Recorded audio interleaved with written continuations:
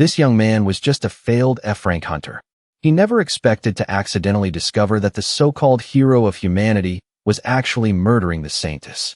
That was when he realized the man he had always admired and envied was actually a cold-blooded, murderous tyrant. In the moment Gongcha was burned alive by that madman, he decided to get his revenge at all costs. Because no one could have expected that just a few hours before his death, out of pure envy, he had acquired an S+ rank skill card, a skill that allowed him to copy another person's ability, with the activation condition being that he had to be killed by them. Seeing the skill cards appear, Gongcha didn't hesitate to grab the golden S-rank card. Instantly, he woke up in his shabby little room, the TV broadcasting a familiar news report. Only then did he realize the skill he copied from Sua, the man known as the Flame Emperor, was the ability to return 24 hours prior to his death. While Gongcha was organizing his thoughts, an alarm blared outside his window. A fierce fire suddenly broke out in the residential area. He checked his watch in surprise. Only he knew that the madman had set an entire district ablaze just to cover up the traces of his crime. Yet, while everyone was panicking, the Flame Emperor calmly walked over as if it was no big deal. Gongcha felt sick looking at his arrogant attitude. This time, he didn't hesitate to rush in. Everyone thought he was going to attack a legendary hunter, but they were all shocked to see him dive straight into the flames. And so, Gongcha returned to 24 hours before his death. Without hesitation, he grabbed the knife next to him and stabbed himself. Having once been a fan of the Flame Emperor, he remembered exactly the day the man awakened his skill. So, he would kill him before that day. And to do that, Gongcha needed to kill himself consecutively 4,090 times. Gongcha panicked, unable to understand what was happening before his eyes. What's going on? He opened his eyes wide, filled with confusion. When did I get back home? In that moment of shock, Gongcha glanced down, curiously looking at the content on his phone. People were talking about the Flame Emperor. A video played. I'm talking about that Flame Emperor nickname. Why don't you guys use my real name instead of that weird moniker? He grabbed his phone in surprise. Unbelievable. Why? This happened yesterday. Gongcha recalled. Just a moment ago. I'm sure of it. Still trying to piece things together, his arm was still reaching out. Suddenly, he froze. Open. Skill window. In front of Gongcha were two system panels. This is the effect of the rare skill. Rank F. Effect. Activates automatically upon your death. You can copy one of the skills of the person who killed you and make it your own. Gongcha still couldn't believe his eyes. No way. I copied the Flame Emperor's skill when I died. A system panel appeared. Returner's Clockwork Watch. Rank S+. Effect. Activates automatically upon your death. Returns you to 24 hours before your death. After returning, all memories and abilities will be retained. However, you will receive a level penalty. The skill copied from Hunter Sua. He was in disbelief. I'll return to 24 hours before I die. All memories and abilities will be retained. Return. Gongcha looked at the newspapers on the wall. Could this be the legendary hunter's power? Is this why he killed the Saintess? He remembered what the Flame Emperor had said. I know, because I have my ways. Gongcha speculated. Because she poisoned him the next day. But he clenched his fists, grinding his teeth in anger. What about me? Even if I was innocent. A voice came from behind. Could you tell everyone what the key to your success is? On the screen was his interview. The Flame Emperor confidently declared, those who think they will succeed, will succeed. He pursed his lips as he listened to him continue. But, even if you succeed, don't get in my way. Otherwise, I'll kill you.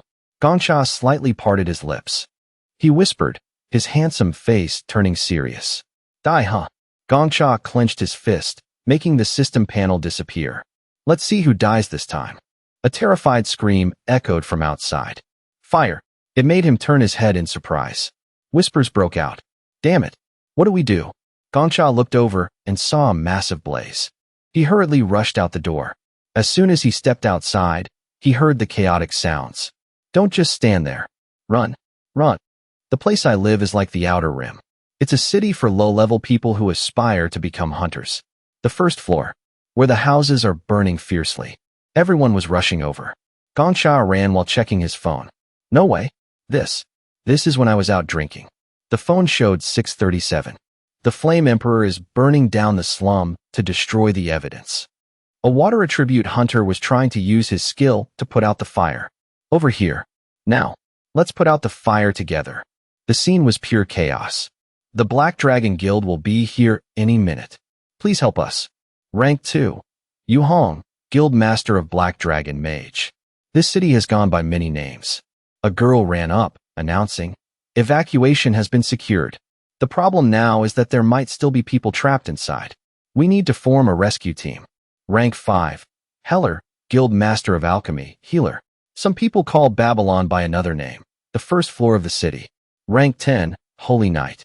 She tried her best to reassure them. It's okay. This place has been abandoned for 5 years. There shouldn't be anyone inside. Some people call this place the Lantern City. But no matter the name, it only has one meaning. That is, once you arrive, you can never leave. Everyone there was panicking, screaming loudly. Bring the fire extinguishers over here. Are there any other water attribute hunters? The residents of this city always have to face terrible situations. Gongsha heard Heller's voice. Damn it. Why isn't the Saintess here right now? She's not the type to be late at a time like this. The vice commander replied. She said she was busy tonight. She's probably out on a date. I saw her getting pretty close to the Flame Emperor. Heller turned her head slightly, feeling annoyed. I don't like him. I hold a grudge against that guy. A familiar exclamation came from the crowd. Oh my God. The Flame Emperor stood there indifferently, smiling and scratching his head. Who's playing with fire without my permission? Gongsha gritted his teeth, his face darkening. He's here. He was surrounded by the people. The vice commander greeted him. Hello, Flame Emperor. He smugly replied. So you're here too, huh? She started. As you can see, the slum is on fire. Can you save them? The Flame Emperor remained as calm as if it had nothing to do with him. Of course. But the important thing is, what do I get out of saving them? Hearing that, Gongsha gripped his knife tighter. That bastard. He dares to ask for a reward when he's the one who burned it down. The vice commander said, Everyone will praise you as a true top hunter of Korea. He remained indifferent. You think I care what they think? He looked at the phones people were pointing at him. Right? Who cares about his personality? Because he's a legend. Honestly, who doesn't know he's like that? Without another word, he turned to leave, dropping a single sentence. I don't like sticking my nose into other people's business. See ya. He wasn't like other hunters. No one knew. Everyone just thought he was a hero with an eccentric personality. Only I knew the true face of the murderer behind that mask. Gongsha's face gradually turned ferocious. A single thought kept repeating in his head. I have to kill him. He also turned away. The person next to him saw this and asked, Hey, where are you going? It's dangerous. They reached out to pull him back, but were brushed off. For humanity. For the pride of a hunter. Gongsha walked toward the Flame Emperor, radiating killing intent, but filled with determination. Hunters are those who kill monsters to protect humanity. His pace quickened. Without caring for money or fame. The Flame Emperor merely glanced at Gongsha. The people around screamed, Hurry! Hold him back. Gongsha used all his strength, swinging his knife at him. But the Flame Emperor didn't panic at all. He just stood there watching the show unfold. One thought pierced through his mind. This monster must die. But contrary to everyone's expectations, he didn't attack the Flame Emperor. Instead, he walked straight into the raging fire ahead. People murmured, He's walking into the fire. A terrified scream. At that moment, his only thought was, It's so hot. Everyone there was stunned. It's burning me alive. The massive flames seemed to swallow Gongsha whole. But this is the only way I can kill that monster. A notification panel appeared. You have died. You will return to 24 hours ago. He opened his eyes. The news in Babylon. He sat up, listening to what was happening. The Black Dragon Guild has decided to raid the 40th floor of. Gongsha was satisfied. The skill worked. The notification panel appeared again. Your current rank is F rank. You will not receive a penalty for using this skill. I guess an F rank like me doesn't have to take a penalty, huh? Gongsha calculated inwardly. Right now, killing the Flame Emperor is impossible. Even if I somehow get lucky and succeed, he can just return to 24 hours ago. It's his skill. Therefore, a hunter like me only has one way to kill him. He glanced at the knife nearby. Next to the knife was a newspaper, reminding Gongsha of an interview. When the host asked, "When did you first awaken?" the Flame Emperor just blandly replied, "It was in the summer when I was 21. It's been 11 years. The female host smiled and asked further, "You remember it in such detail. You must have a beautiful memory of it, right?" He answered while taking a sip of water, "Not really. It's just that the day I awakened happened to be my birthday. Anyway, it was." Gongcha thoughtfully picked up the knife. 11 years ago, June 7th, 4,050 days ago from today. A bold idea. I have to die 4,050 times. Without hesitation, he gripped the knife and stabbed himself. To the day before he became a hunter. "You have died." Gongcha jolted awake. "You are returning to 24 hours ago." He gritted his teeth, panting, and reassured himself. Now, only 4,049 days left. He repeated it again. "You have died." Just like that, repeating endlessly. The notification sound. "You have died." And the only way was to stab himself with a knife. "You are returning to 24 hours ago." "You have died." "You have died." 2,020 days. "You have died." 543 days. Finally, "I'm here." His face lit up. Another day, the wall clock struck 2 o'clock. Gongcha was currently lying on his bed, looking up at the ceiling, thinking about many things. He suddenly seemed to remember something and sat up with a dazed expression. Gongcha sat up, resting his hands on the bed, staring at the clock on the wall. "I did it." Newspaper clippings were plastered all over the wall. He suddenly reached up, grabbed his sword, and swung it horizontally. "I've returned to the time before the Flame Emperor's epic even began." Gongcha leaned his sword against the wall, looking exhausted. He lowered his head. "I died 30 more times than originally planned. 4,050 times. Images of his terrible past days surfaced. And that includes the times I killed myself, along with the times I occasionally stopped to rest. I suffered through all that time just to prove that the epic of a monster like him isn't eternal." Gongcha seemed to snap out of it. He suddenly stood up. Gongcha gripped the sword tightly in his hand. He quickly rushed out the door. Gongcha's expression was now full of dark resolve. He pulled his hood over his head. "Time to hunt my first prey." Time returned. 11 years ago, May 6th, exactly at 11 o'clock. 11 a.m. Gongcha had arrived below a building. He hid behind the window of an apartment, watching the person inside. Suha was currently lying on his bed, looking sluggishly at the alarm clock ringing above his head. "Good morning." He sat up and grabbed his phone to look. "Why is my head spinning?" The two of them, one inside and one outside, seemed to speak in unison. "I shouldn't have drank so much last night."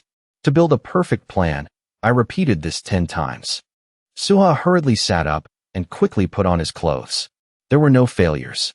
Every morning at 9 o'clock, he woke up in his guild dorm. He didn't notice someone standing outside the window, just hurriedly grabbed his staff and rushed out. Time to work. Damn it. Life is shit. The clock had now struck 3 o'clock.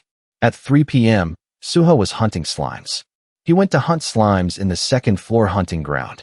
His face was full of boredom and frustration. So boring. Hunting slimes all day. Suha started getting annoyed and yelled out, "Motherfucker, when will I get to live like the heavenly sword?" At the age of 21, he was just an F-rank hunter dreaming of changing his life. As if he couldn't believe he could be this useless. He held the slime, visibly frustrated. Can't I just win the lottery? Or at least get an S-rank skill? Streams of red slime crawled toward Gongcha's feet. Usually, his wishes would come true a week later. Those things rushed straight at him like monsters. Seeing this, Gongcha simply used the blade in his hand to slash horizontally. His face was calm, as if he had anticipated everything that would happen. But it's a pity you don't deserve to be that lucky anymore. Gongcha used his hand to smear the red slime onto his hood. The clock on the wall in his house had reached past 5:30.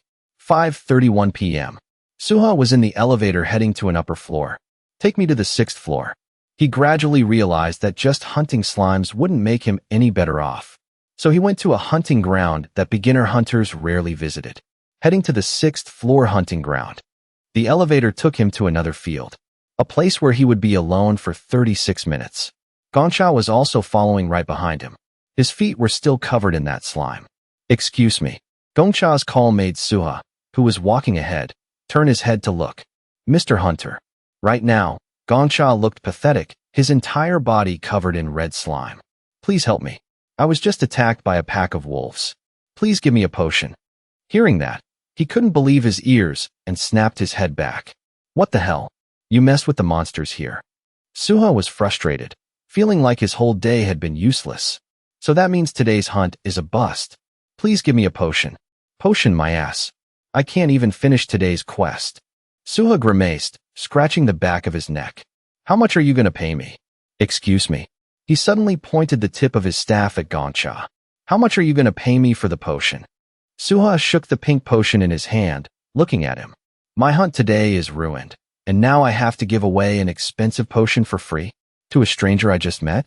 Have you no shame? Gongcha hurriedly stepped forward to take it, but Suha suddenly raised the bottle high. It sells for 20 gold at the Alchemy Castle.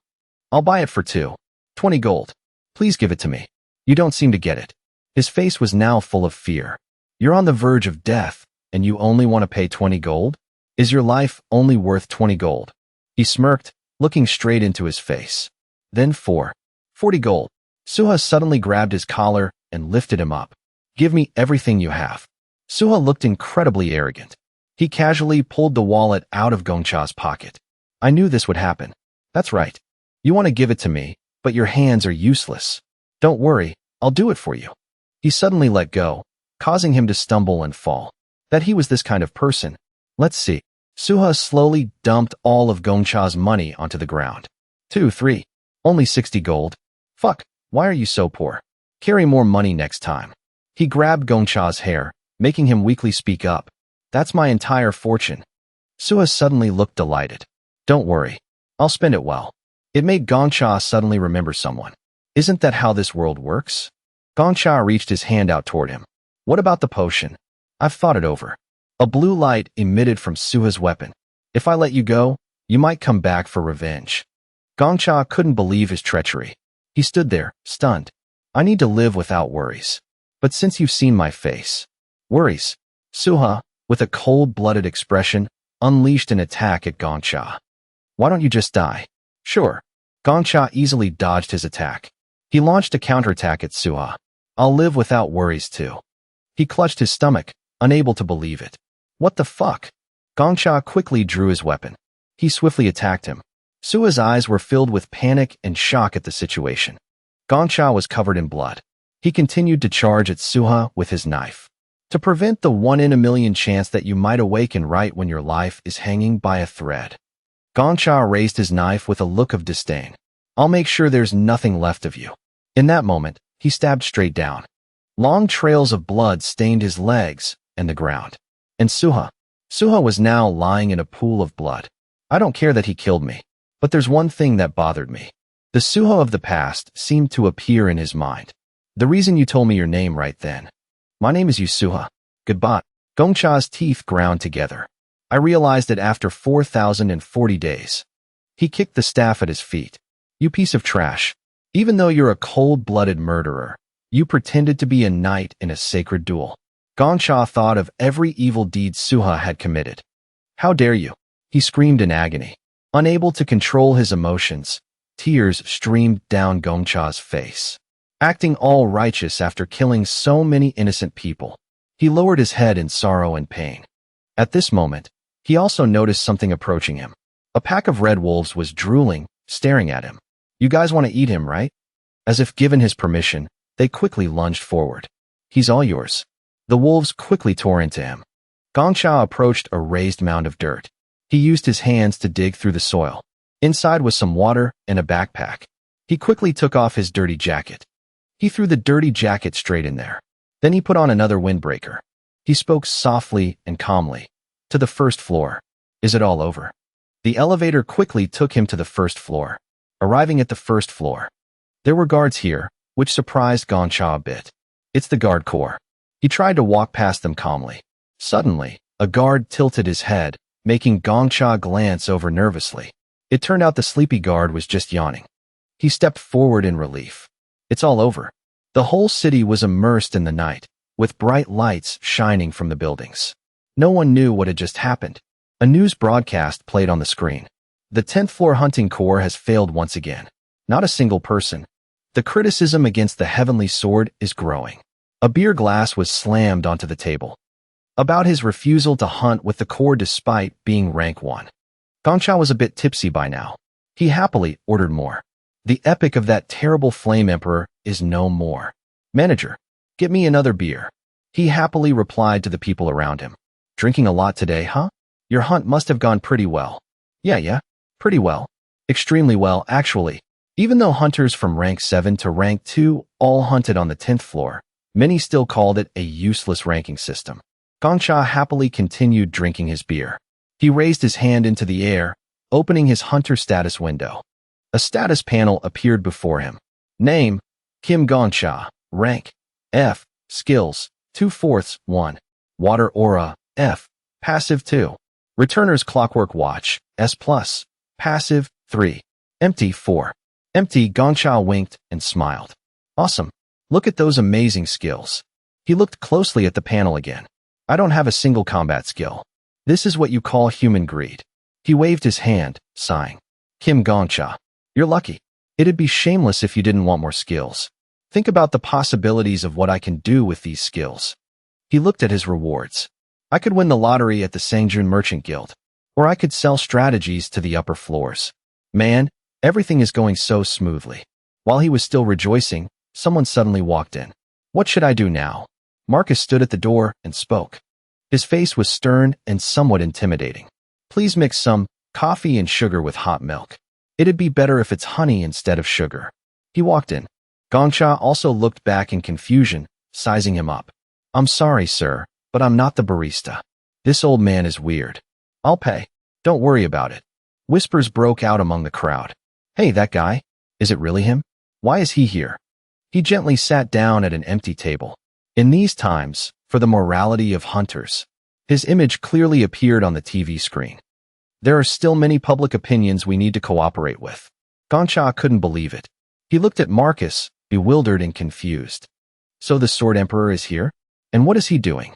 Marcus's face appeared on missing person posters. The Sword Emperor, real name Marcus Callenberry.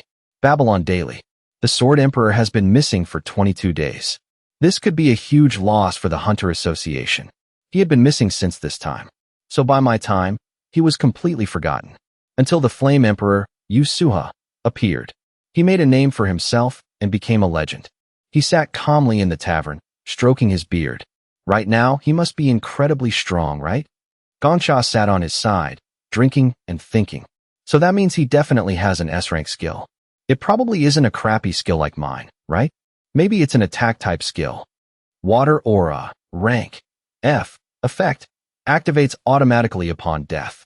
After dying, you can copy one of their skills and make it your own. You cannot copy a skill from a target you have already copied from before. A random skill will be copied. Condition, must die. He suddenly realized something. Wait a minute. With this skill, as long as I get killed by a hunter, I can copy their skill. Marcus's back gave off a chilling aura. Even if it's the #1 hunter in Korea, 2 people were placed on the clock face. And I can die many more times. Gongcha looked down at his phone. I can definitely do it. Marcus was currently receiving a glass of water from the waiter. In the north 3 months ago, I heard he became a sugar daddy with hundreds of villas in Europe. In the north 6 months ago, no one knows his true strength. He was slowly enjoying his drink. In the north 1 year ago, I heard he threw away all his wealth and entered the tower. In the east 2 months ago, I think he's autistic or something. Gongcha looked at the messages in confusion. What is this? Everyone is spinning their own story. There's no useful information at all. He thought of Suha and his arrogance. If he's even half as arrogant as that Flame Emperor, that'd be great. Marcus suddenly spoke up, startling Gongcha behind him. Shut up. Don't make noise. He continued. From the start, you've been. It made him jump. I don't know anything about him at all. Gongcha turned his head away in frustration, ignoring him. He's not actually autistic, is he? Or maybe he's so strong that it affected his personality. Warning messages popped up in front of him. Warning. Things you shouldn't say in front of the Sword Emperor. 3 months ago, I saw this with my own eyes. If you don't want to die, do not say these things in front of the Sword Emperor. A guild and their gang approached Marcus, blocking his way. Hey, old man. This is a public hunting ground, so you have to follow the rules here. He just gently wiped his sword, not paying much attention to him. Why don't we talk somewhere more private? A few days ago, some high-ranking hunters provoked him. Sounds shady. I've never heard of it. He pointed at Marcus and laughed loudly. Then you probably need new ears. Or maybe just cut them off? His eyes were sharp and cold as he looked at the man showing off in front of him. Look at your personality. I bet that's why your grandkids left you, huh? He just lightly swung his sword at him. If you say that to the Sword Emperor, you will be killed instantly. I, the author of this warning, am from a major guild. Do you think I'm just spreading rumors? The rest of them backed away in fear. I don't care if you believe it or not. I just want you to understand and avoid this. Gongcha was currently holding his phone, reading the news. Anyway, if you don't want to die, don't be foolish enough to mention the Sword Emperor's grandkids in front of him. He was reading the news and messages. Just one word, and you could die at any moment. Marcus, sitting at the next table, seemed to go crazy. Silence. I get it. Just be quiet for a second. You're ruining my mood. This is worth a try. He suddenly stood up, slamming gold coins onto the table. Thanks for the drink. Amidst the waiter's well wishes, he quickly put on his hat and walked out. Have a good day, sir. The customers there also turned to look at him. They started laughing and talking happily with each other. He finally left. Is he senile? Was he talking to himself? I thought he was going to sit here forever. Seeing this, Gongcha also quickly stood up and paid the waiter. Thank you very much. Here's the money. Thank you. Please come again. The small bell on the shop door rang, signaling someone entering or leaving. He stood in the middle of the street, wondering to himself. Now where is he? Target. The bustling crowd passed by. Where did he go? People on the street were still strolling together. I left right after him. He couldn't have gone far. Gongcha also seemed to spot Marcus's back walking ahead. Found him. He quietly followed closely behind him. He's the only one wearing that suit in Babylon. It's not hard to find him. He kept an eye on him while thinking. I wonder what kind of skills he has. A slight smile bloomed on his face. That Flame Emperor guy had an S+ rank skill. What do you have, old man? Oh, leader of the previous generation. Maybe. It's even better than last time. As if thinking of something, Gongcha suddenly looked delighted. It'll be mine soon. I'm so lucky. He was currently standing on a grassy field. He must be around here. Gongcha suddenly looked bewildered, not understanding anything. At this moment, Marcus, who was walking ahead, turned his head to look at him. Everything was set up by him. You're finally here, little friend. Gongcha couldn't believe he had been discovered so quickly. He spotted me instantly. If it's here, no one will know what happens. His face looked sternly at him. He, having been discovered, slowly stepped out. Excuse me. I have a request. He suddenly let out a disdainful laugh. Gongcha looked confused seeing this. His face was cold, bloodthirsty, and devoid of any patience. A request? Tell me why I should listen to a request from a stalker. What do you want from this old man, buddy? Gongcha also realized something was wrong. He noticed me from the start. He clenched his fists.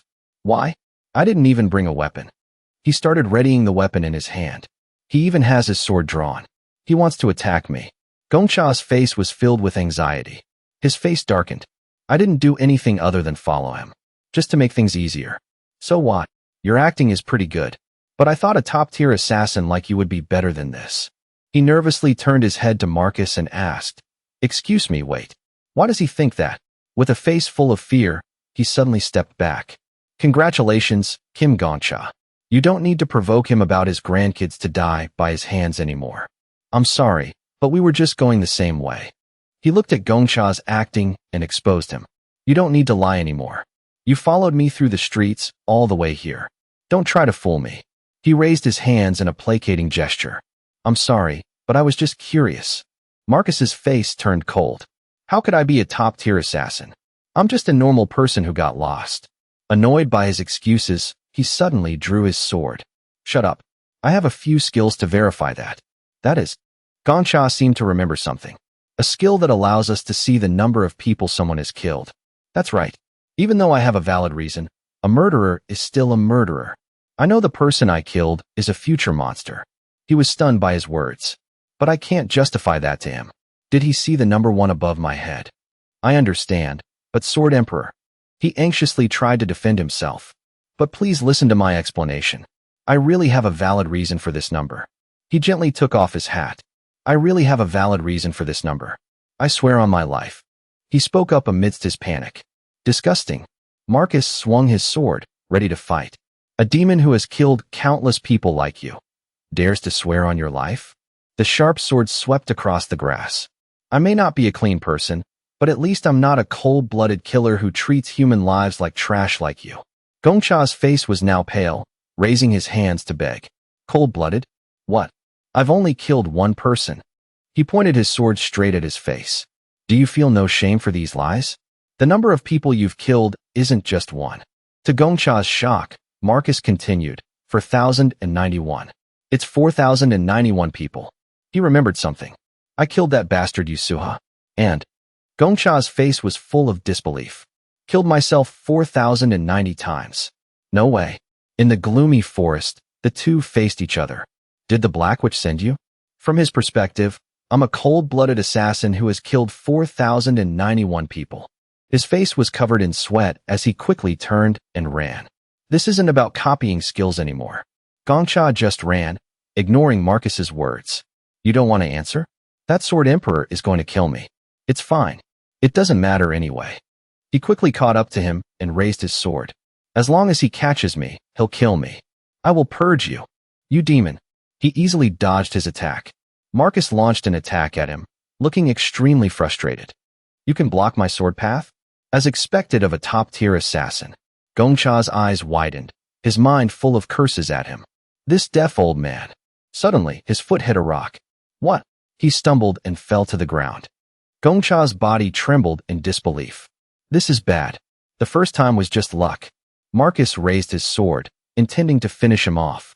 I can't dodge anymore. He squeezed his eyes shut. Come on. Gongcha was lying on the ground, looking up at him with tears in his eyes. You want to interrogate him? A demon. He stared blankly at Marcus. Didn't I say I'd handle this? Stop interfering in everything I do. Is this old man hallucinating? Or is it part of his skill? His face was full of confusion. No way. Telepathy. Marcus was still talking to himself. There have been rumors that such a skill exists. Gongcha's face was full of fear and disbelief. So he's sharing information about me with someone else? That there's a murderer who killed 4,091 people here. Various images flashed through his mind. Then I'll become a prime target wanted by the Hunter Association. And I'll be hunted down by bounty hunters and high-ranking guilds. Until I'm executed on the first floor of the tower. Gongcha's face was full of panic. He seemed to realize something. I can't let that happen. He jumped up to face him. I need to die right now, before 24 hours pass. Hey, old man. Marcus was still talking to himself, much to Gongcha's disbelief. Stop bothering me. I've thought this through. Even if you are my teacher. He shouted loudly, startling Marcus awake. How are your grandkids doing? Gongcha clenched his fists, his head bowed to the ground. I heard you come from a wealthy family in Northern Europe. You know what happens to families like that. The atmosphere between them was incredibly tense. You know, right? The outside world is very dangerous. Gongcha's face was dark. He threatened him. If people find out you're the Sword Emperor, what do you think will happen? Marcus raised his sword and slashed. The sword passed through his body. Gongcha's face was full of disbelief and shock. The moon, has it always been upside down like that? His head and body were now separated. His eyes rolled. Amazing. I couldn't even see his sword path clearly. How can I reach the peak like him? Gongcha's face maintained the same expression it had all along. I want to become someone like him. His body started to sway and fell to the ground. I'm so jealous. Gongcha reached out his hands, wanting to hold onto the person in front of him.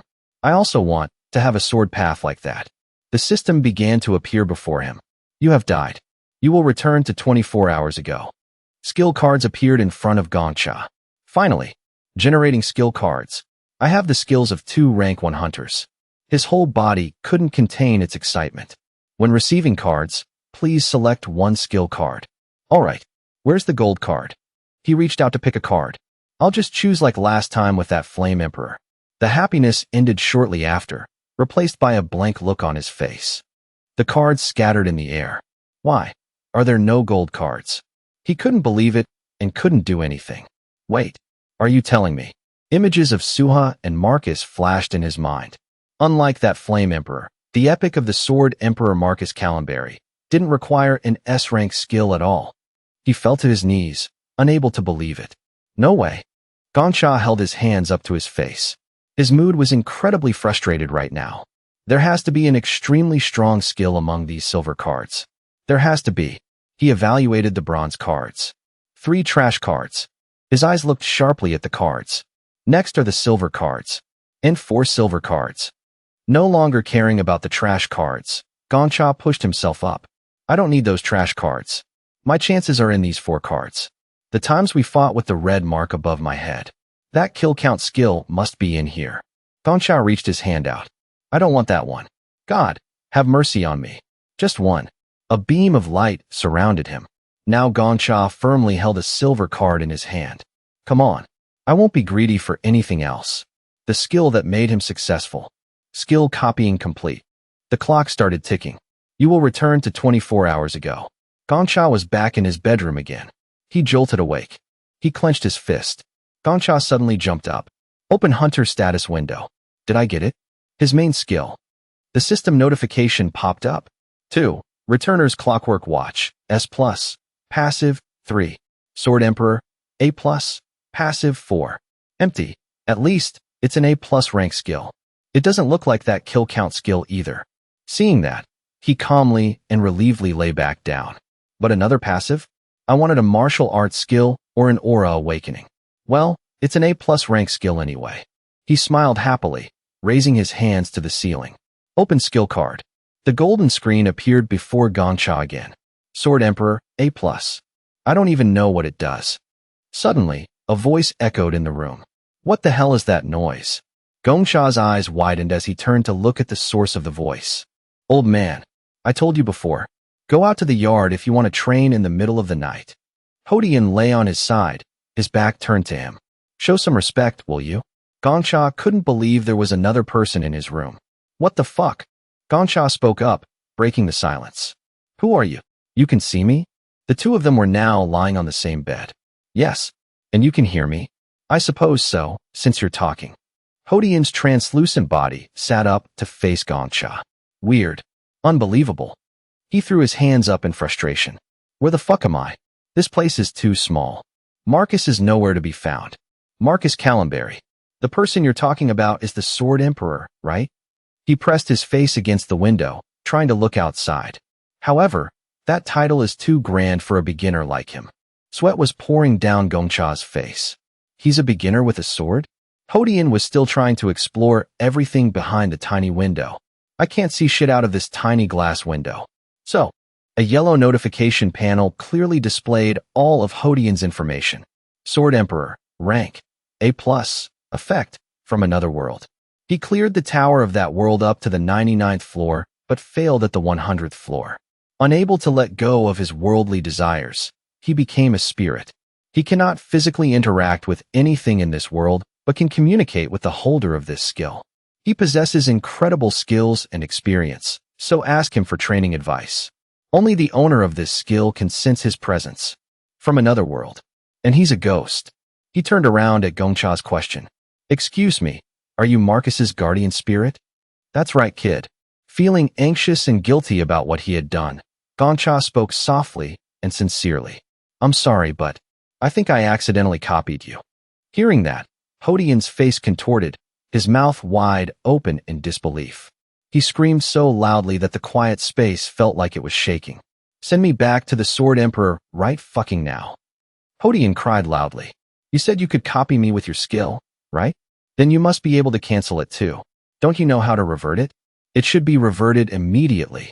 His face was pale, his eyes wide with panic, sweat pouring down, holding his head, his mouth wide open in terror.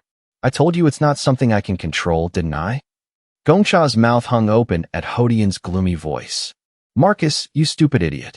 Your master is being kidnapped by an F-rank NET. Can you stop crying like a baby? I'm suffering here too. He covered his ears to block out his voice. This happened because my stupid disciple didn't respect his master's words. I told him not to make the same mistakes I did. Anyway, can we please just live in peace? Live in a sewer. I'm already fucking dead. Gongcha realized something. Okay, then can you just be dead quietly? Hodian wailed, throwing a tantrum and pointing at him, demanding compensation. I've never been so disrespected. Ignoring me like water. Look at this bastard bad-mouthing the dead. I've already died once. What more do you want? Gongsha remembered the times Marcus talked to himself. So, when he was talking to thin air. Quiet. The times he cursed, shut up. He was actually talking to someone else. You're annoying me. To his bewilderment, he covered his face with his hands, wanting to cry. Not only do I have to hide from the Sword Emperor, but I also got this stupid skill. Hide from Marcus? Why would you do that? He might not look it, but he's a really good guy. Hodian pointed a finger at him, setting a condition. As long as you don't mess with his grandkids. I know that already. You know, one of his skills is seeing how many people someone has killed. Hodian started getting serious again. Detective's eyes. Something like that. But what's the problem with it? It's a useless skill just meant to tell who's an assassin and who's not. He pointed at his own head. 4091. Hodian crossed his arms, looking sternly at Gongsha. The number above my head is 4091. His face showed disbelief, his teeth gritted together. Are you crazy? You're a complete amateur. He stood up, looking at him sitting blankly on the bed, evaluating him. An amateur among thousands of other amateurs. You don't look like someone who knows how to do those things. So how the hell did someone like you kill 4091 people? Seeing Hodian's confusion, he explained. Because I didn't kill 4091 people. I only killed one person who would later become a tyrant in the future. 4091 is the number of times I killed myself. He held out his hand, counting. I returned 11 years from the future to kill that guy. I have a skill that randomly copies a skill from the person who killed me. And I got the time reversal skill from the guy who killed me. Hodian pursed his lips, staring intently at Gongsha. So when I die, I return to 24 hours before I was killed. You could say I'm immortal. A clock with timelines. I wanted to go back and meet him, and he killed me. But you couldn't even kill him because he has a revival skill. So I came back here. To the time before he got that skill. He seemed to understand his point. Meaning you went back in time, to get revenge on some guy. Gongsha's face was also full of frustration. By committing suicide repeatedly and going back 11 years. Hodian approached the bed and sat down facing him. He leaned his face close to him. What's your name? Kim Gongsha. He pointed his finger at him. Gongsha. Why did you take it? Hodian pointed at his chest. Why did you decide to steal his skill? After you finish your revenge.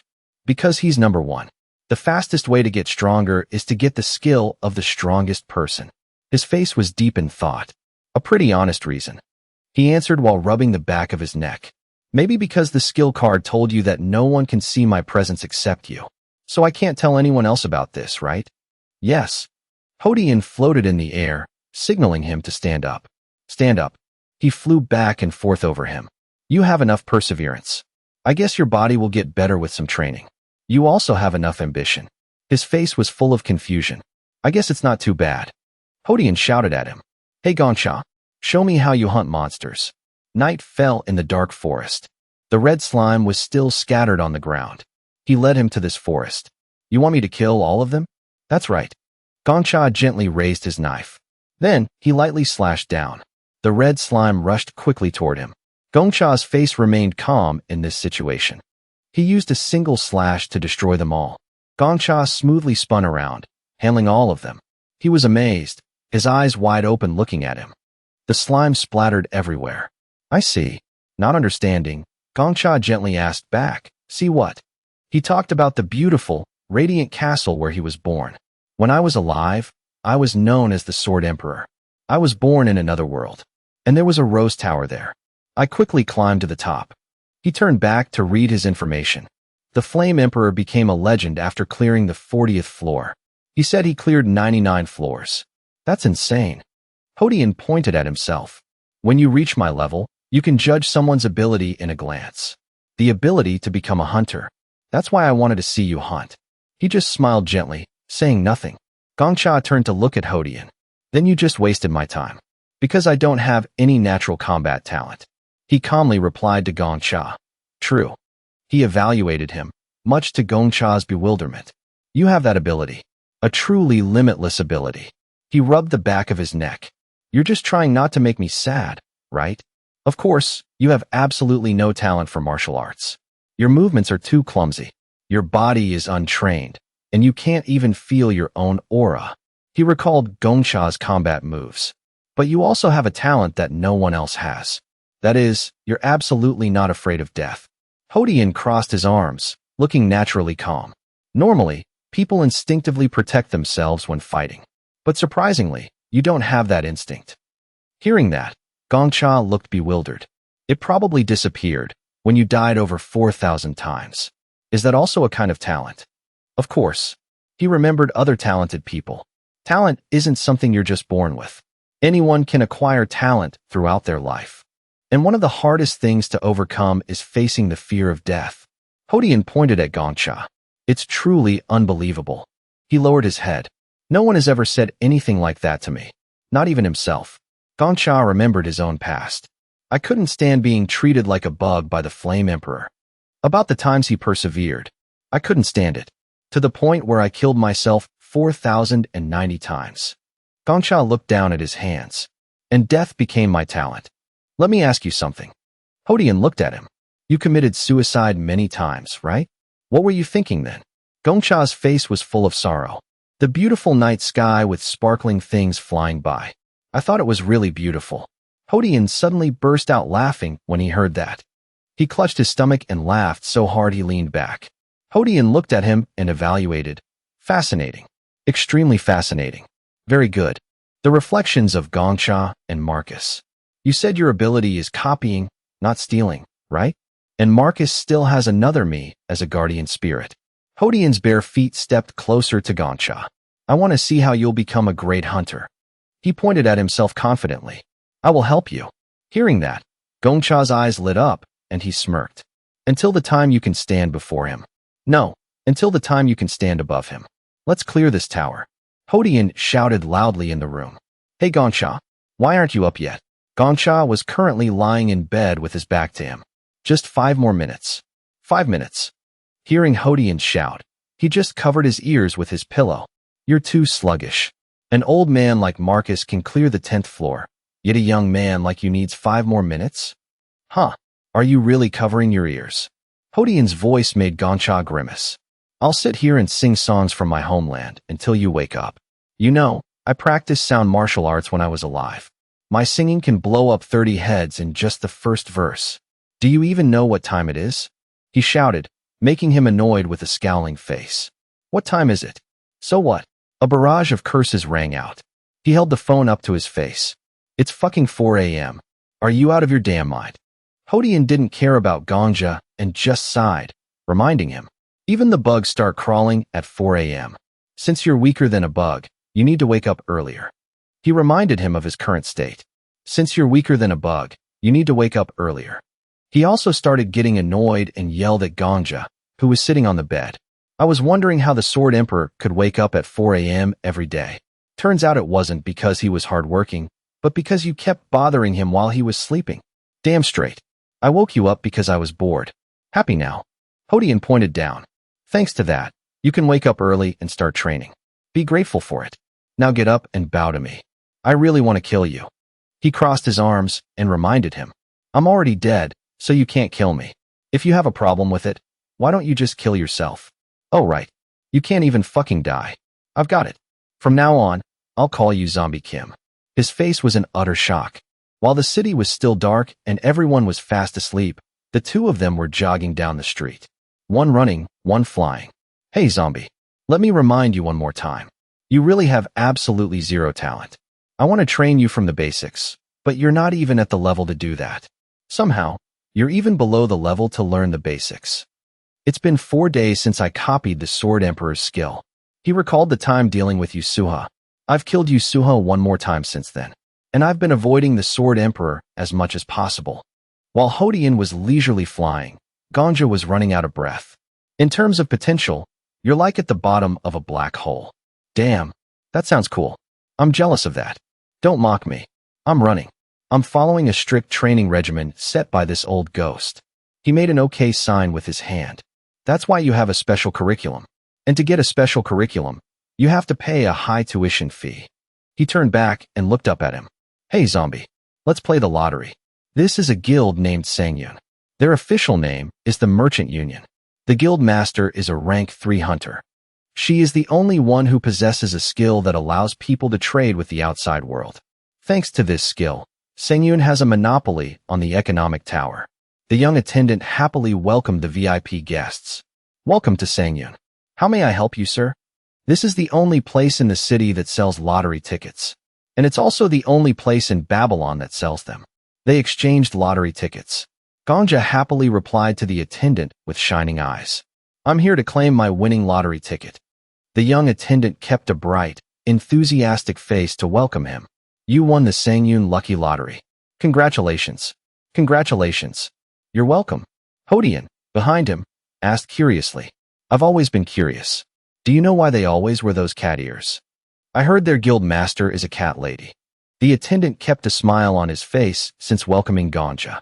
She really likes cats, so she forces everyone to wear cat ears? I'm pretty sure she's a pervert. Have you double-checked the date, sir? You can't redeem a ticket you bought 2 years ago. He shyly waved his hand with confidence. This is the first thing I did after getting myself a guardian spirit. It's fine. I just bought it last week. The sword spirit said I needed some initial capital, so I needed to win the lottery at least once.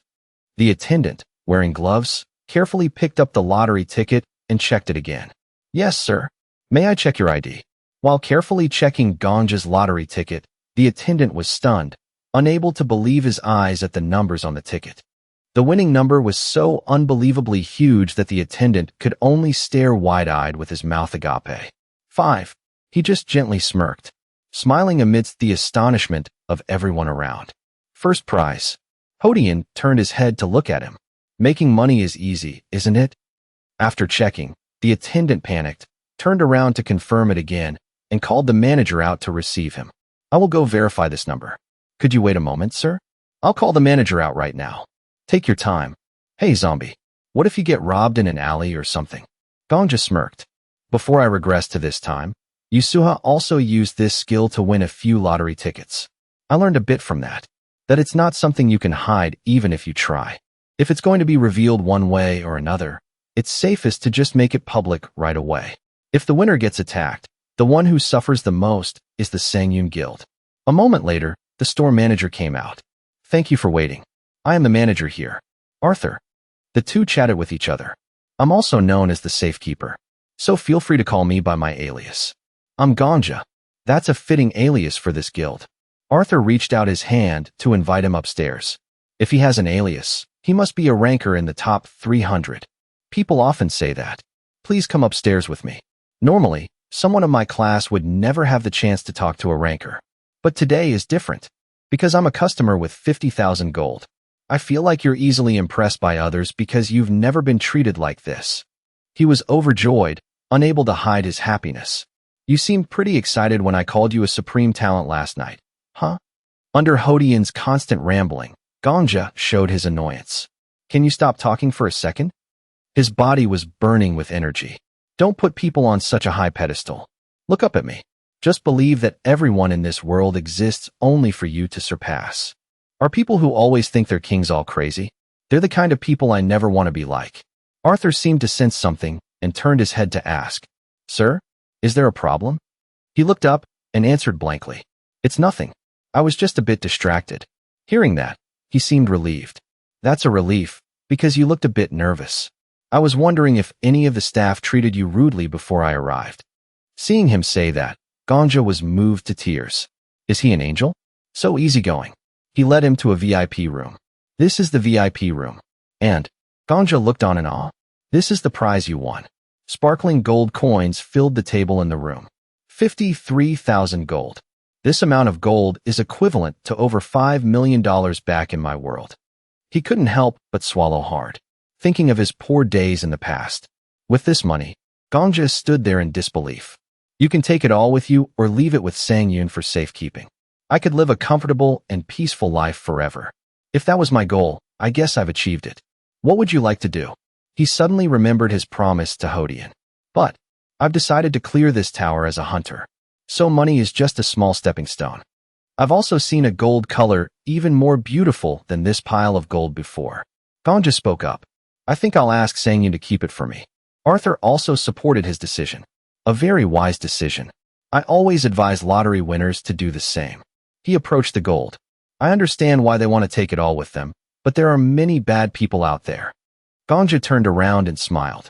And I want to buy an honorary membership title from the Sangyun Guild. Arthur slowly took out a notepad from his pocket. It will cost 5,000 gold coins to become a Class 2 honorary member, correct? I'll pay. You aren't a member of any guild yet. Are you, sir? Ganja answered firmly. That's right. Hodian also praised him. You're smarter than I thought. A guild isn't just a group of friends hunting together. The biggest reason to join a guild is arms resting on each other. They want to be protected. You're pretty smart. Ganja smiled faintly. There are protectors and there are hunters. But life is too wild if there are only those two types of people. Can you tell me how the Flame Emperor and the Sword Emperor killed me? The Flame Emperor would never be bound by a guild, and he prides himself on his freedom. He won the lottery twice, but he never paid a protection fee to anyone. Someone who has achieved such fame always rejects all guilds to pursue their own goals. That's why he was mostly poisoned. There's no need to sour my relationship with the big guilds. I won't be as stupid as the Flame Emperor. He suddenly spoke up. One more thing. Yes. Anything, sir. Arthur continued to note down all of Ganja's requests. I'm currently living in a cheap rented inn. So, could you find me a better place to rest? He sincerely expressed his wish. And if any news agency asks about the first prize winner, could you tell them it's an honorary member of the Sangyun Guild? Arthur looked at him in astonishment. He couldn't believe Ganja was such a person. You are very thoughtful, sir. He probably thought you were a loser. Ganja just gently replied to him. He used to think you were a loser. I mean, the world out there is too vast, so we always need careful preparation. Who thought I was a loser just now? Hodian pointed at him and looked at him. Did I say that? I don't remember. Very wise, sir. This damn ghost. He approached him and patted his shoulder. I think you've managed what you have quite perfectly. I even thought I'd have to change your diapers.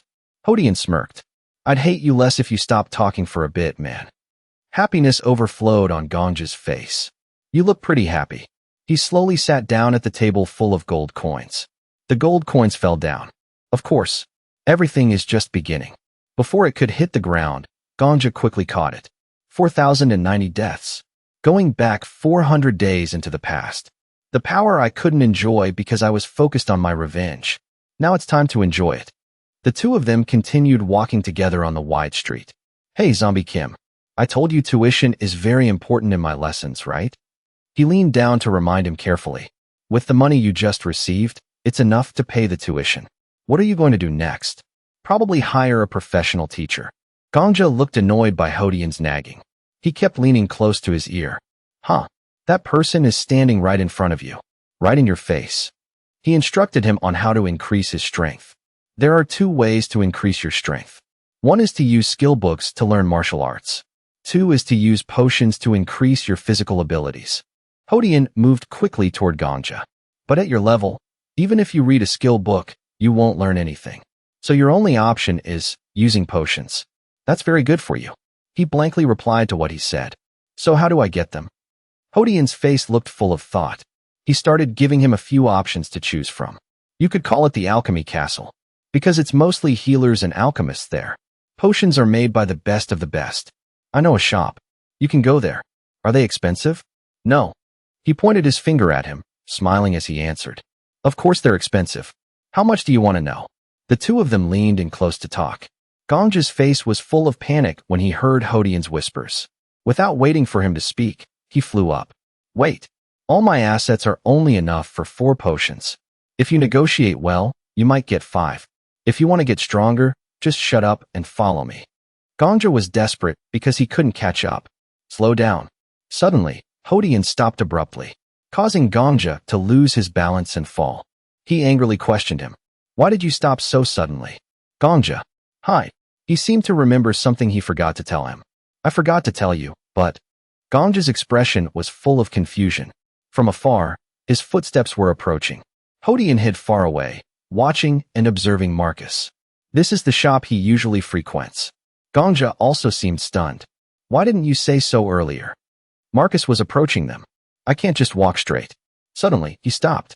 Marcus's eyes darted to the side as if he noticed someone watching him. At this time, Ganja had managed to hide behind while Marcus and Hodian came face to face. He put his hand over his mouth in fear, not daring to make a sound. What should I do? It would be really bad if I get caught here. Marcus didn't seem to care. He turned around.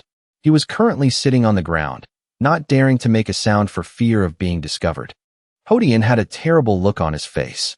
There's nowhere to hide here except this trash can. This is bad. If he comes here, then? Hodian suddenly had a worrying thought. Is he planning to buy all those potions? He yelled at Gongja. Gongja, hurry. Follow me. Whoa. His mouth opened wide as he gasped. By this time, Marcus had arrived at the shop. Hodian realized they were late. He felt a bit panicked, not knowing what to do next. We're late. What do we do now? That's the best shop here. Gongja thought for a moment. It would be really bad if I used the same shop as the Sword Emperor. But, Hunter rankings. Sword Emperor, Witch, Count, Dream of the Red Chamber. None of the shops here are in the top 20. He looked at his phone, thinking for a moment. Not even in the top 100. Or even the top 300. Gongja turned to the person next to him. They're not here. What's not here? Your luck. He turned off his phone and replied. No. Quite the opposite. Gongja casually put his phone in his pocket.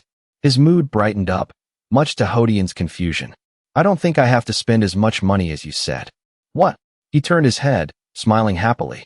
We can get those potions somewhere much cheaper. The two of them entered a slum area. Oh, I know a pretty good alchemist. Do you know you're walking deep into the slums? The people here were all staring at them. Is there any good alchemist living in a place like this? That person isn't just good. That person is a 1-in-a-million genius. His foot stepped into a puddle. Hodian, following behind, spoke up in annoyance. Stop bluffing. What kind of genius lives in a place like this? All right. Then don't believe it. He walked quickly toward him. There were men staring at him. He remained calm and ignored them, continuing to walk. They're trying to see if I have anything worth robbing. But they gave up when they saw me talking to myself. What would they say if they saw the gold coins I have in my pocket? Hodian, walking behind, kept rambling. Hey, Zombie Kim, do you really know how to get there? Please don't take my tools. The two of them finally arrived at the right place.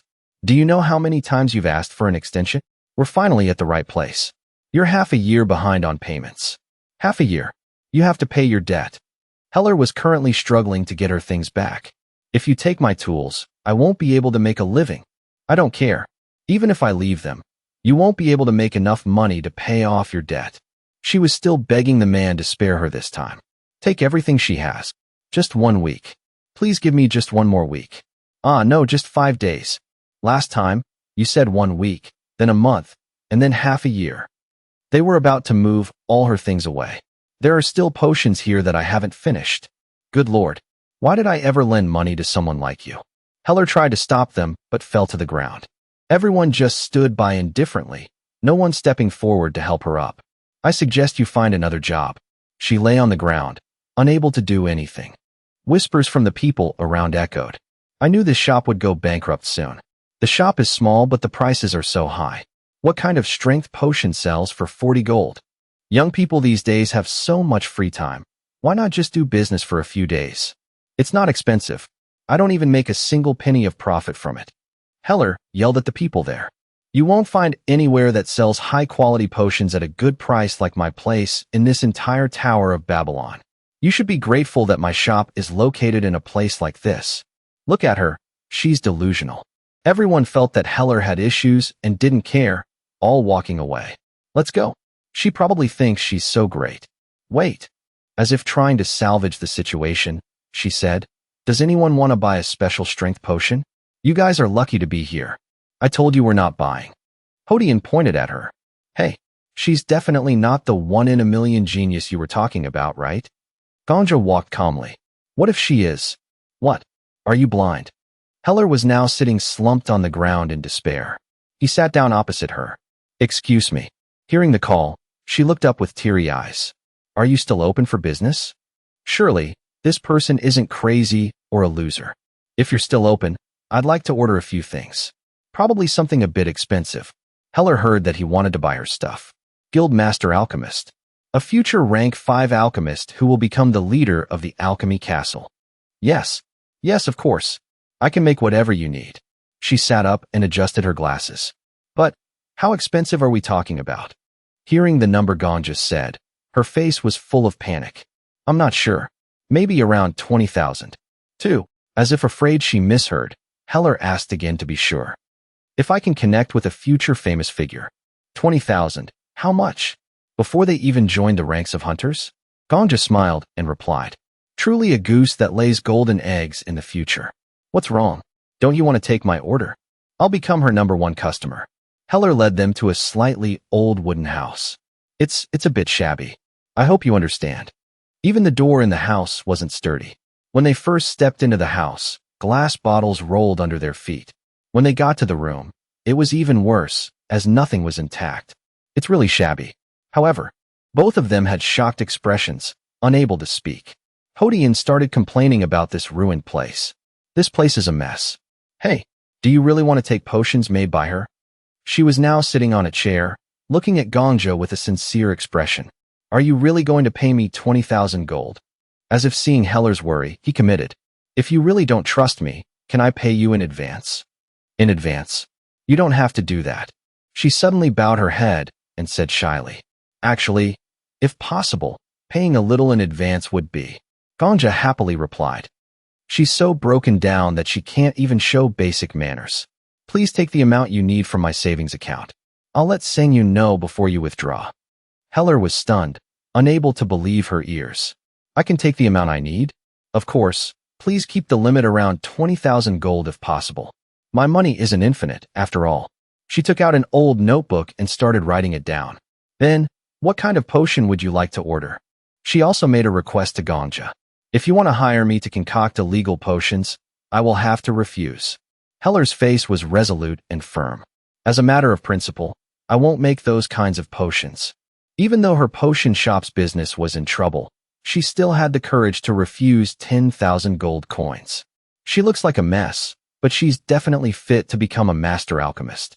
Ganja waved his hand and replied immediately. You don't have to worry. I don't think it's an illegal potion. That's a relief. Then exactly what potion do you want to concoct? Hodian was leaning against the wall with his eyes closed, speaking up. It's fine. She doesn't seem very proficient, but I'll provide you with the recipe. The two of them started, one speaking and the other repeating. Listen carefully. I'm only going to explain this to you once. The liver of a pig rabbit.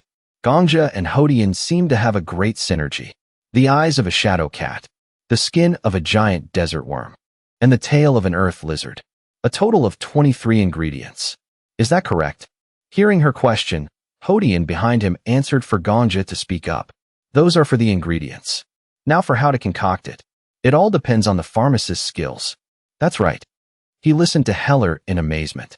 They will all combine together to create an effect that increases your reaction speed. Heller was still diligently writing in her small notebook. That's an extremely high-level recipe. You create it by mixing all the ingredients together at once instead of refining them one by one, right? Hodian didn't expect her to be so accurate. She's spot on. That's right. Heller's eyes sparkled with joy. Of course. She started talking nonstop.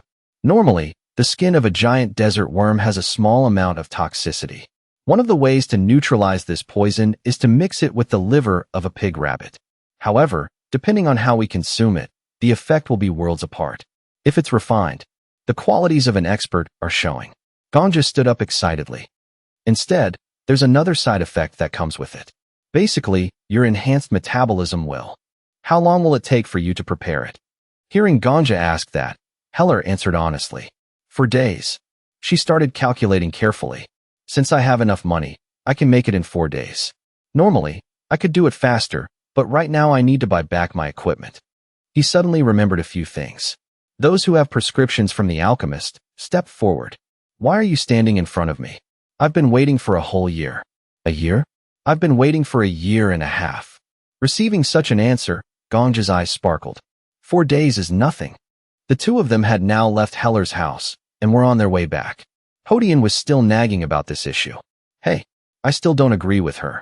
Do you know how many people keep blabbering about a good game while having garbage skills? Those are the people who are all talk later on. Damn it, we're just wasting money.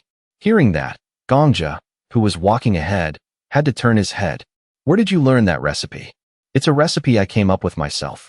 It's the greatest martial arts potion invented after I personally drank all kinds of poisons. His eyes looked at him with full confidence. She praised it as a high-level recipe. Hodian looked stunned hearing that. She recognized the value of that recipe. So trust her. Even though she looks like that now, she will become the head of the alchemy castle in 10 years. He crossed his arms and pouted sulkily. Mark my words, zombie. I bet she'll just take your money and run away. A few days later, Heller brought 3 boxes of goods to Ganja's house. I'm sorry. I wanted to bring it to you sooner, but it took more time than I thought trying to combine them in different ratios. 4 days later, he was currently sitting at the tea table. Seeing her arrive, he quickly stood up. The accommodation provided by Sangyun. But didn't you say it would take 4 days? So that's fine. Heller handed the goods over to Ganja and reported the quantity to him. Here are 3 boxes. Each box contains 30 vials. So it will last for about 30 days. It's worth 15 times more than the shop recommended by the guardian spirit. Ganja smiled happily and talked to her, ignoring Hodian's anger towards him. This is how I spend money. Hey, are you cursing me in your head right now? Yes. Heller's face showed confusion and doubt. She spoke up timidly. It's quite embarrassing to ask this now, but why did you give such an expensive order to an unknown pharmacist like me? While I am quite confident in my skills. She remembered the disdain of the people around her towards her. Just by looking at the provided recipe, I think only 2 people in Babylon could make it. But everyone treats me like trash. Ganja was also a bit flustered at this moment. He reached back and rubbed his neck. The reason is because the pharmacist standing in front of me is one of the geniuses of this generation. The image of her worrying about the city and the people here appeared in his thoughts. This area has been locked down, but there might be survivors inside. Please send a rescue team in there. The person who ran to the scene faster than anyone else when the city was burning. And also her conversation with the vice commander. She said she had something to do tonight. Maybe it's a date. I've seen her with the Flame Emperor many times before. And Heller's unyielding will against anyone. I don't like him. A person who wouldn't submit to the Flame Emperor. Something about him scares me. He remembered her sincerity and kindness. Her skills, kindness, and even a good personality. Wouldn't it be a huge loss not to get close to someone like her? Ganja chose the most reasonable excuse to answer Heller. Because you look very kind. Kind. Ganja also answered sincerely. I helped you because you seem very kind. I think you would still succeed without me. He reached his hand out towards her. I think good hunters like us need to succeed, so that we can help others when possible. Heller looked at Ganja's hand reaching out to her. It's really annoying to see crazy psychopaths succeed. I want both of us to have the best things. He gave a faint smile. Meaning, all I want to say is... Heller looked straight into Ganja's eyes. A lot. So I think I couldn't be more honest than I am right now. The 2 of them happily shook hands. That's right. We need to succeed first to change this world together. She spoke in a gentle and polite voice, leaning slightly forward. Her sincere eyes behind her glasses showed her readiness to support. If you want to order anything else, just call me. I will always prioritize your requests. Heller slowly walked to the door, turning her head back to look at Ganja, who was standing and waving. I don't need anything else right now. He waved his hand to say goodbye to her, a faint smile on his lips. Hodian appeared right behind Ganja, wanting to mock him. What? Good hunters like us? I know, I said something embarrassing. Let's just train. The next day, in the evening, the 2 of them moved to a gloomy forest with orcs. Moving to the 3rd hunting floor, they were chatting with each other to handle everything here. There are too many of them for me to handle all at once. So what should I do now? Hodian reminded Ganja. He put his hand in his pocket and took it out. First, drink a potion. He used his hand to pop open his water bottle. He decisively put it in his mouth and drank it. After drinking, Ganja didn't forget to evaluate its taste. Because it's quite normal. It has a bit of a lemon flavor. And I think there's a bit of honey too. Suddenly, his whole body felt like an electric current ran through it. In the dark, gloomy forest, Ganja's whole body swayed, unable to stand firm. What the fuck is this? Sweat dripped down his face. Even his whole body. Seeing Ganja like that, Hodian leaned in and teased him. Impressed? Her skills aren't bad at all. Ganja felt like he was going crazy. What is he talking about? Don't repeat yourself.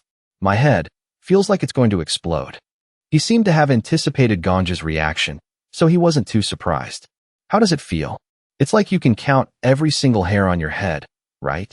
He looked at Ganja, who was about to explode, with a sinister face. Even the feeling of sweating will feel very vivid. In Ganja's eyes right now, everything was blurry, even Hodian's mouth talking to him. That's the effect of the potion. It increases the rate at which you perceive reality. His eyes were dizzy.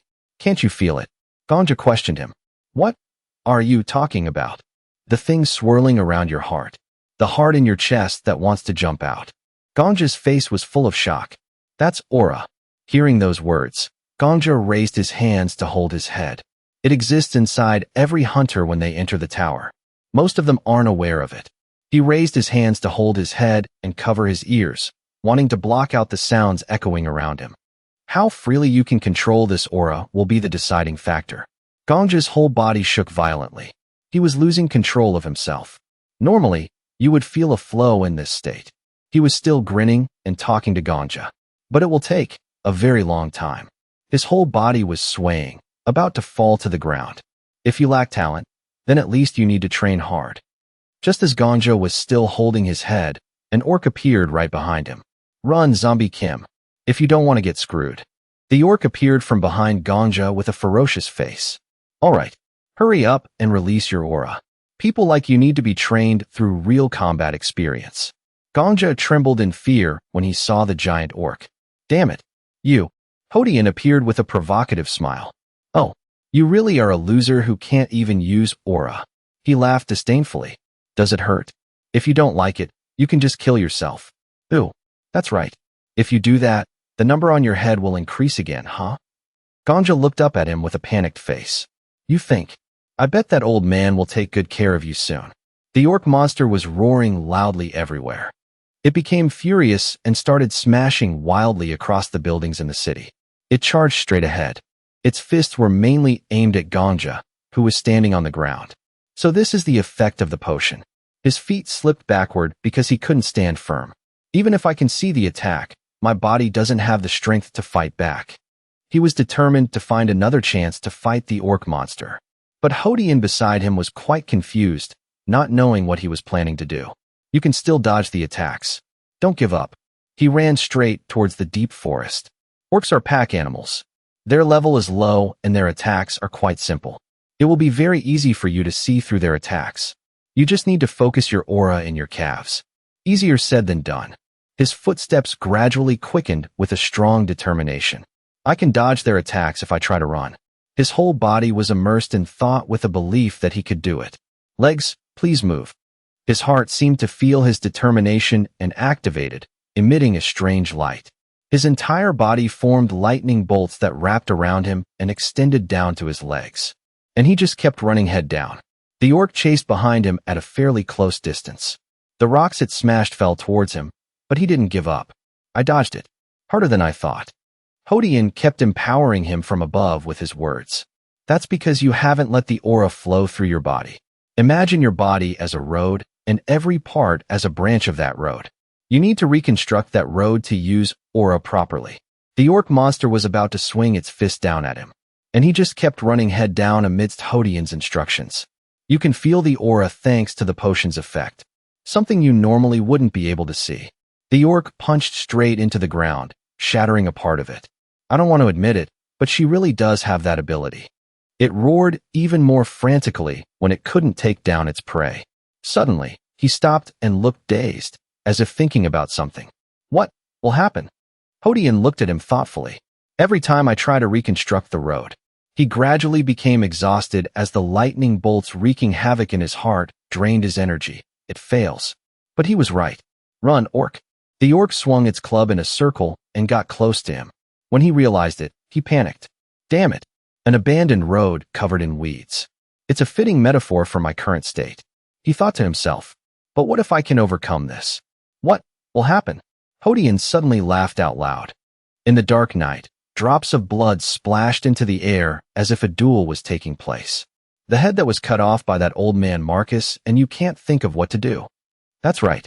The silhouette of an old man holding a sword with a leisurely demeanor as he easily defeated his opponent. The skill he used to nod your head back then.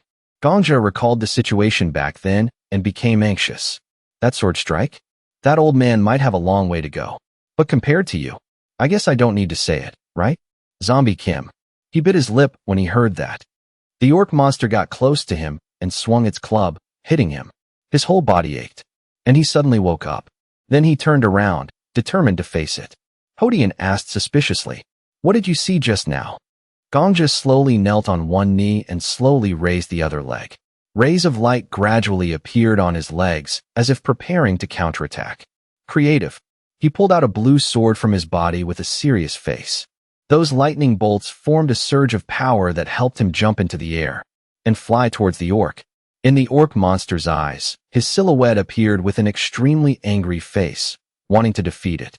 In the unexpected situation, it didn't pay attention and was overpowered by him, falling backward. Hodian nearby kept cheering him on. "Don't let your guard down. Orcs have thick skin." The power of the sword grew stronger and began to wrap around the orc's body. Focus the remaining aura into the knife. "Ah, but I guess that's a bit hard for you, huh?" Being overwhelmed by his power caused it immense pain, and it wailed miserably. "Concentrate all the aura at the tip of your sword."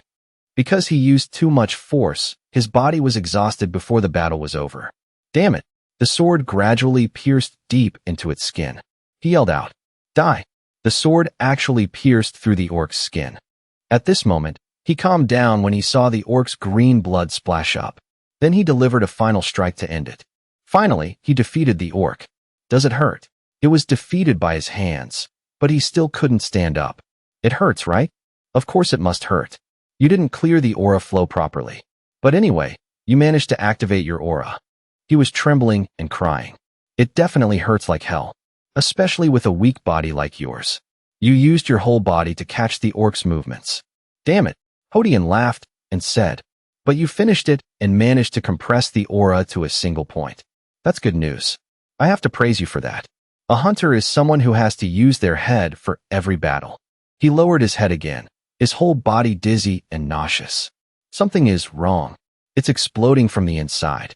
Hodian rubbed his chin and deduced, "You feel so much pain you just want to die, right?" Gongja was helpless and couldn't scream. "You blind?" He used an even more disdainful look and laughed. "Then you just need to die." Then he said, "If you didn't have this skill, I wouldn't have suggested this teaching method. That old man Marcus always just meditates after drinking potions. He wouldn't dare use his body recklessly like you." He was confused. "What does that mean?" Hodian recounted with a mocking attitude. "But you just need to die and you can go back. Easy, right? No matter how I train you, you can still go back." "Ah, I'm so jealous." Another voice rang out. "Hey, Zombie Kim." A giant silhouette appeared from behind him while he was still sitting on the orc's corpse. "Because your count will increase if you commit suicide." A giant equivalent to an orc appeared and said to him, "So let the monster behind you take care of the rest, huh?" Hodian laughed heartily, as if looking forward to the upcoming battle. "You were able to use aura on your first try. At this rate, I think about 100 more times should be enough, right? Every step will be a journey. So this will be the first time." The monster behind him became more aggressive and swung its club. He finally realized the danger. Right then, the system displayed a notification. "The first time. Let's begin." Then a blue panel appeared. "You have died," to signal something. After the monster's attack, just now, he held his head. "Damn it. My head, it hurts so much."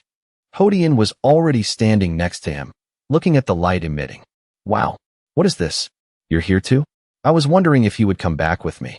He immediately sighed. "This is the place I'm about to return to after dying. I temporarily call this the outer world." Hodian praised. "Oh, so cool." He pointed in a direction and said, "After dying, you heard it too. I will go back 24 hours. When I was killed by the Flame Emperor and the Sword Emperor, it was the same." The system displayed a second notification. Skill activation conditions met. He looked up at the panel and wondered, "A skill?" The two continued reading. "The orc's skill will be randomly copied. Will also be copied." Suddenly, both of them fell silent. Then they startled in panic. "Monsters have skills too? What is this? This is a skill? Blatant." The notification panel continued to request, "Please select a skill card." The two immediately fought over it. "I want this skill too." Facing the notification panel's request, "Please select a skill card." Hodian became anxious and angry. What kind of bastard is supervising this tower? Why give this divine skill to a loser like this and not a great hunter like me? He held his head in frustration. This breaks a hunter's heart. Gongja had been deep in thought. A monster's skill. He reached out to grab the card above. "I'll just pick whatever." But Hodian swatted the card away. "Huh? Wait. Are you going to pick that one? What about it? There's nothing wrong with the one I pick." He asked. "Why don't you pick the best one when you have the chance?" He explained. "But I have no way of knowing which card is better. Every damn card looks exactly the same. Basically, it's just based on luck." Hodian was helpless. "You mean you don't fucking know which skill is better?" He scratched his head in annoyance. "Be serious. Do you not understand what I'm saying?" Then he explained. "The color of these cards is exactly the same, and I can only see the back of them. So how the hell am I supposed to know which one is better?" He disagreed. "Even though I can see them?" He was confused. "What? You can see them?" The two were still standing in deep thought as the cards fluttered above their heads. Right on the front of the card. The position. The two pondered their movement path. "The cards always move with their backs facing us. It's the same even if I tilt my head." He suddenly startled. "So, you can read the contents of these skill cards?" He himself couldn't believe it. But a guardian spirit can fly around freely. That's why he can see the other side of the skill cards. Hodian praised himself. "Of course I can see them. You don't believe my eyes." He was overjoyed hearing the affirmation and was sure the two of them could do it well. "I had extremely powerful vision when I was a kid. Later on, when I got older, I still had sharp eyes." He suddenly got angry and sat up. "Are you crazy? Why are you suddenly yelling?" He said happily. "Just tell me what those skills are." Hodian agreed. "All right. I'm only going to say this once, so listen closely. First is the E-rank card. According to Hodian's story, an image of an erupting volcano appeared. Ooh, nature gives us a place called home, but also gives us hardships and challenges." He recounted. "In that harsh world, the orc race enhanced their reproductive abilities and didn't lose to Mother Nature. Just like humans, when they grow up, they find a partner, get married, and have children to maintain their lineage." He wondered. "An orc died?" He replied. "Don't worry. Somewhere else you fucking can't see, there will be 9 others. They give birth to hundreds of children, and when mating season comes, they find a mate to tie the knot. These orcs belong to rank E, which is reproductive blessing. However, you will feel horny all year round." Next is the second card. In Hodian's story, there are orcs who like to dance and beatbox. We always add chwit at the end of our sentences. We don't know why we do it either, chwit. But you should also start saying chwit, so you will never escape the joy of saying chwit. That is immortality. Those orcs belong to a rank, but with the common hip-hop catchphrase. Gongja froze when thinking about the orc's catchphrase in the second card. Hodian said, "See? If I didn't stop you, you would have fucking picked chwit. Anyway, Gongja, don't you think that because you were born a human, you deserve the power of an orc?" He replied, "You listed a bunch of garbage." But in his heart, he thought differently. "Both cards are trash, but if I pick chwit, I'll be." As if reading his thoughts. "Hey, I think your words and thoughts are a mess." He tilted his head with a serious face. "Anyway, I think I'm still right. Chwit is better than reproductive blessing." Hodian panicked and flew over to stop him. "No, motherfucker. Hold on, Gongja. Stop, and use your brain a little more." He challenged. "I think you're thinking the same thing as me." Hodian didn't want to admit it and deflected. "What are you talking about?" Taking advantage of his carelessness, he jumped up and clicked on the notification panel. Selection successful. Copying skill. Hodian could only scream. No, but it was too late and the system had reset. Gongja woke up on a large bed. Above his head was a notification panel. The notification panel continued to display. "There is a penalty for using the skill." He suddenly realized. Classic. But he didn't seem worried and even laughed. "That's great. Sangyun is the best. Resting in a place like this fills my mind and body with energy." And beside him, Hodian wasn't like that. He scratched his head in frustration. "I thought I was a goner." Gongja calmly changed his clothes, preparing to go out. Who would choose reproductive blessing? "Stop being angry and let's go hunting." His hand clicked to select. Open hunter status window. Inside was his information. "All right. I don't see any problem." Hodian chased after him, explaining, "Hey, Ganja, I thought it was pretty tough. I think you should train by sitting still like meditating. It hurts like hell." "What? You still haven't given up? Make things easier by sitting in a lotus position. I'll make you able to control aura within half a year." The two stopped in front of a strange gate. "We're at the 3rd floor." He ignored Hodian's words and stepped into the ring of light, leaving Hodian angry. "Damn it.